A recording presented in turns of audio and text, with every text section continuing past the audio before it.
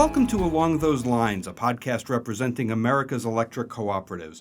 I'm Michael Kahn, and with me today is Jim Matheson, NRECA's CEO and a former congressman from Utah. Jim is here to discuss why it's important for co-ops and their consumer members to be engaged in this and really every election. Jim, welcome. Well, thanks, Michael. I'm really looking forward to this. All right, let's get started. Jim, why is it important for electric co-op consumer members to have a voice in politics? Well, there's the old saying, I think it was in a Woody Allen movie, that said 80% of success in life is showing up. And we have a trend in the United States where participation in our elections is declining from one election to the next.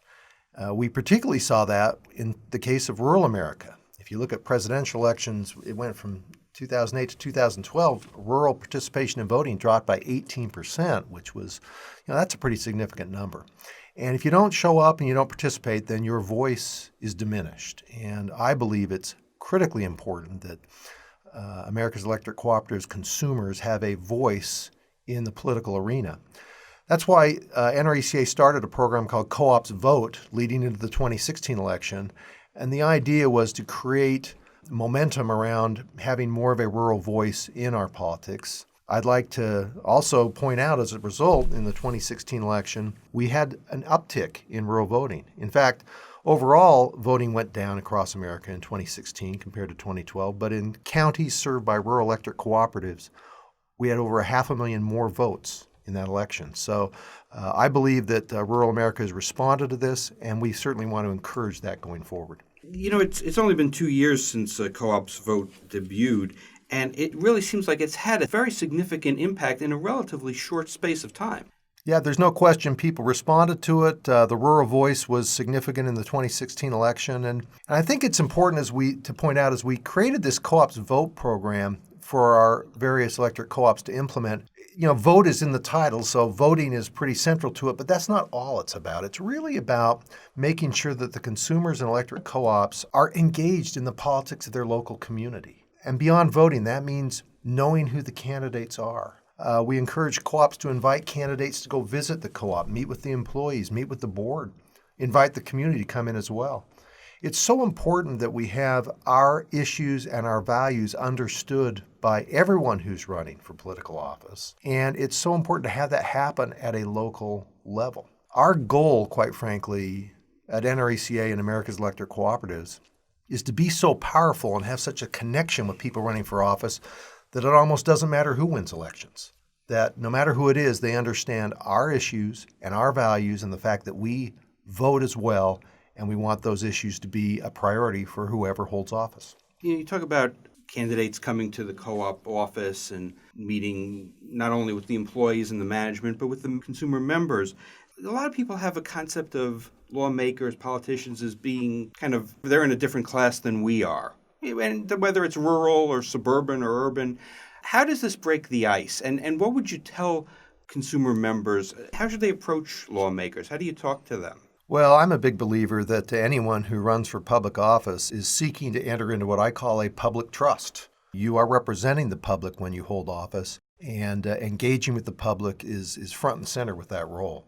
And I would encourage folks not to feel intimidated or uncomfortable with engaging with elected officials. Elected officials are there to represent the public, and I think they're looking for opportunities to hear from folks, especially at a local level.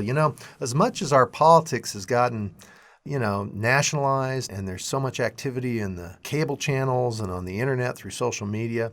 Turns out having real face-to-face engagement with people who are constituents in the area where an elected official represents, I think it's more important now than it's ever been. And the electric cooperative is an interesting venue to make that happen because electric cooperatives are, by definition, of the community. They are member or consumer-owned. They're community-owned.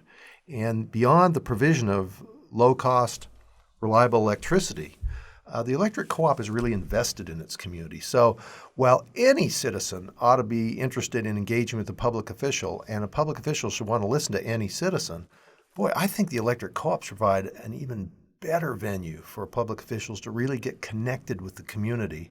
And that's why we think these types of efforts to encourage candidates to engage at a cooperative level makes so much sense. What a co-op should say with the request is sort of describe what the co-op is. And I think that to the extent members of Congress need to be reminded of that, it'll make the request more compelling. And what I would suggest the request should include is describing the co-op as it's a community-based organization owned by its members, that it is made up of a board, and the board members are elected by that community. Those board members usually reflect an interesting cross-section of that community and leadership within that community. And I just think these are real people.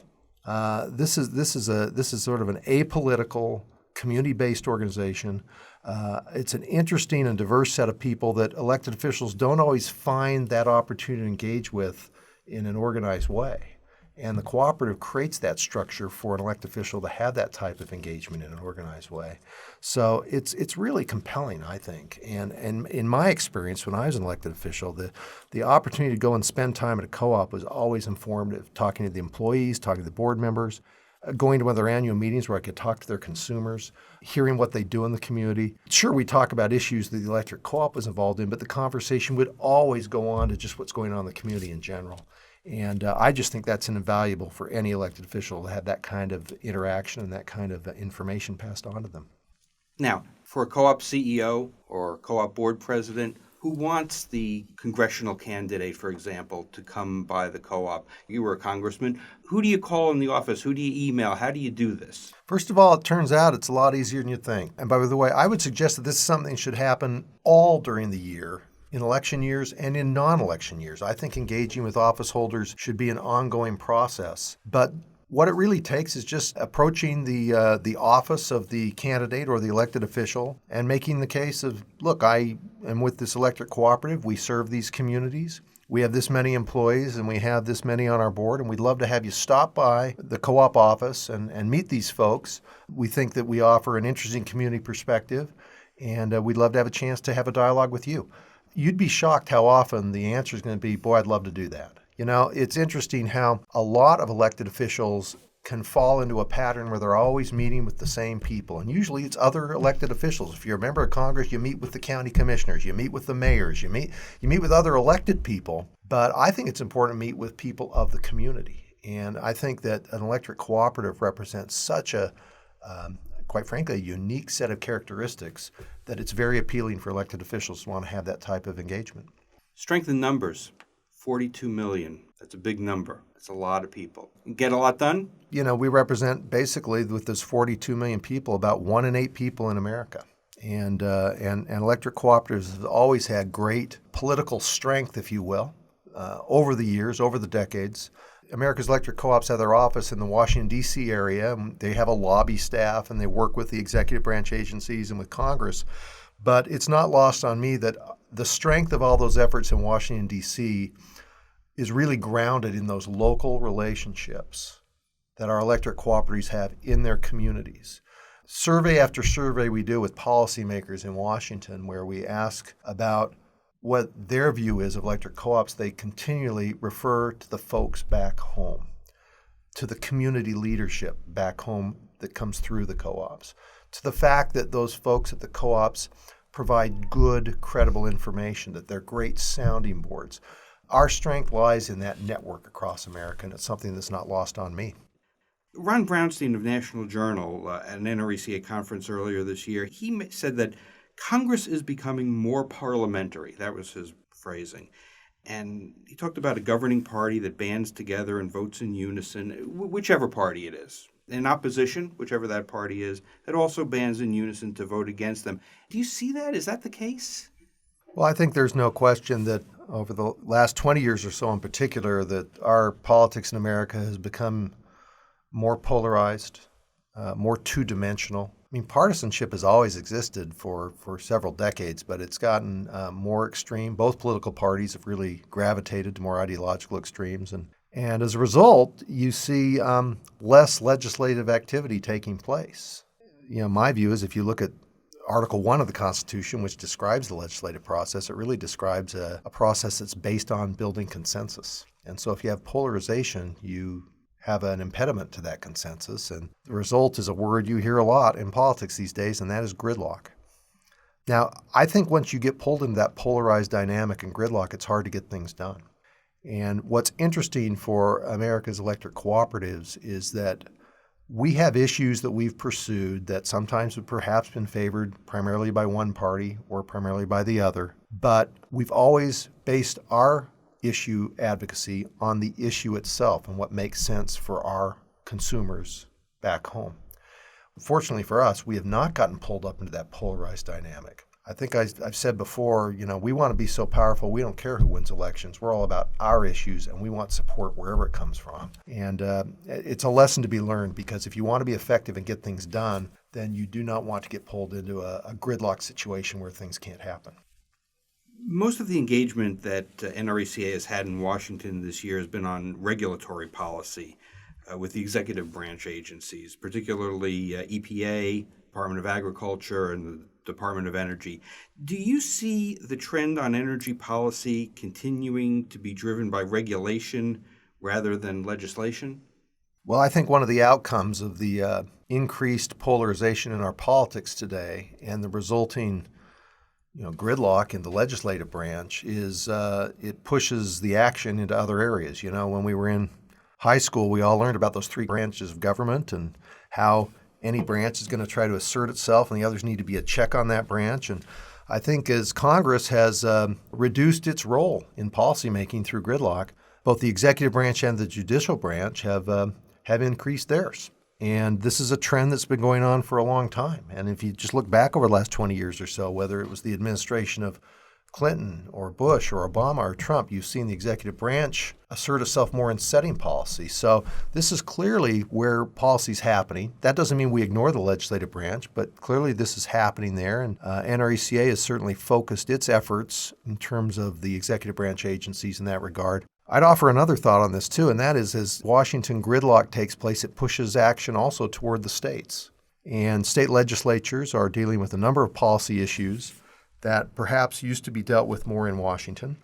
And from an America's Electric Cooperative perspective, we've always had a strong relationship between our various electric cooperative associations in each state.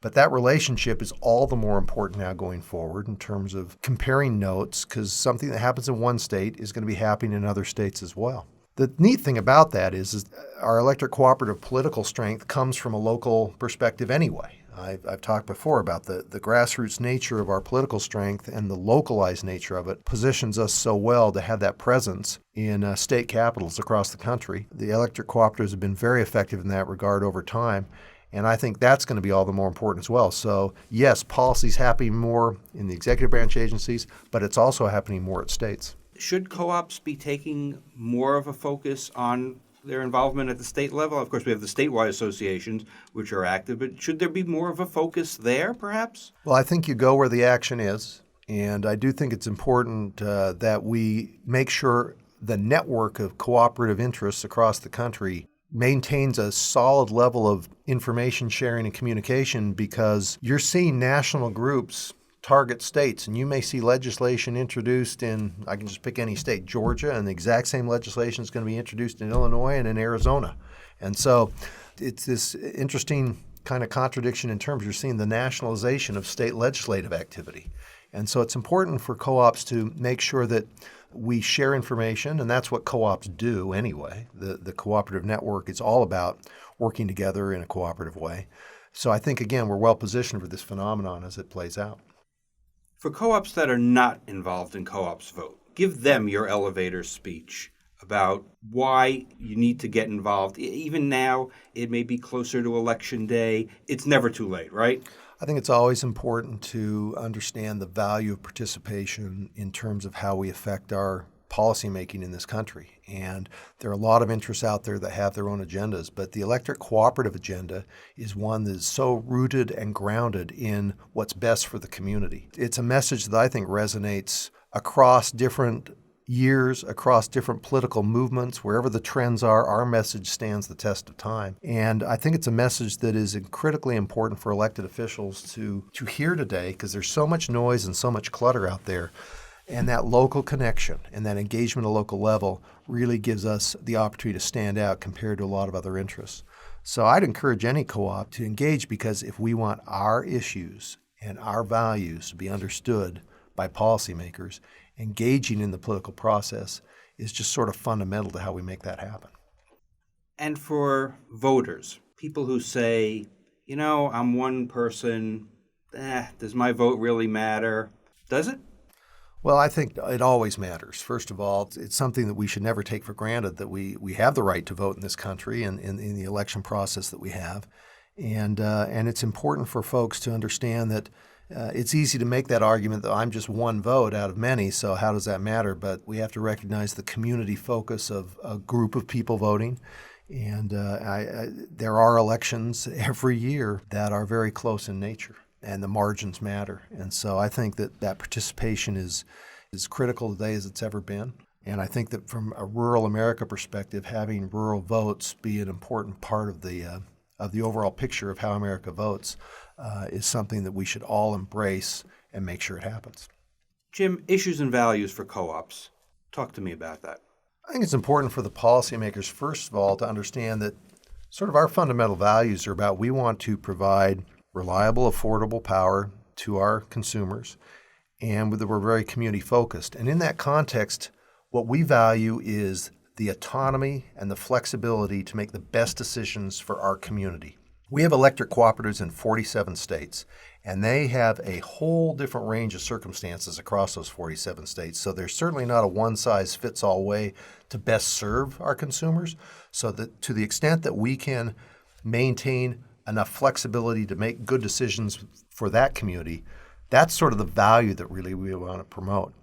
In terms of particular issues that are of interest to us today, there's a long list of issues, but some of the more fundamental ones that come to mind. We view the future of rural America through the lens of, is broadband going to be available for people in rural America or not? 24 million people in rural America right now do not have access to broadband capability. In the 21st century, I don't see how a community survives without it. So while we are electricity providers, we are also community advocates. And the communities we serve in rural America need to have access to high-quality broadband just like everybody else. I think it's an existential threat to some of these communities if we don't have this happen. So one of our big issues within the electric cooperative community is advocating for programs that encourage provision of broadband in sparsely populated areas, because the way the rules are set up now, the for-profit companies cherry pick the large population areas, and those folks out in the less populated areas, they're left without. And I just don't think that's right. So broadband is a significant issue for us. Another issue that's very significant for America's electric cooperatives is having the regulatory flexibility at the local level to be able to provide power at an affordable rate. And so we've been addressing concerns about the Clean Power Plan that was proposed by the previous administration. Since the Trump administration came in, they've withdrawn that plan. They're promoting a new replacement plan that gives a lot more local flexibility. That's exactly in line with where electric cooperatives have been advocating we need to go. So that's a real critical issue for electric cooperatives as well. It's something we're going to pursue real aggressively to keep that local control. All right, Jim Matheson, thank you very much. I appreciate your time. Okay, I've enjoyed it. Thanks so much. Once again, thanks to Jim Matheson, NRECA CEO, for joining us on this debut episode of Along Those Lines. I'm Michael Kahn. We look forward to talking to you next time.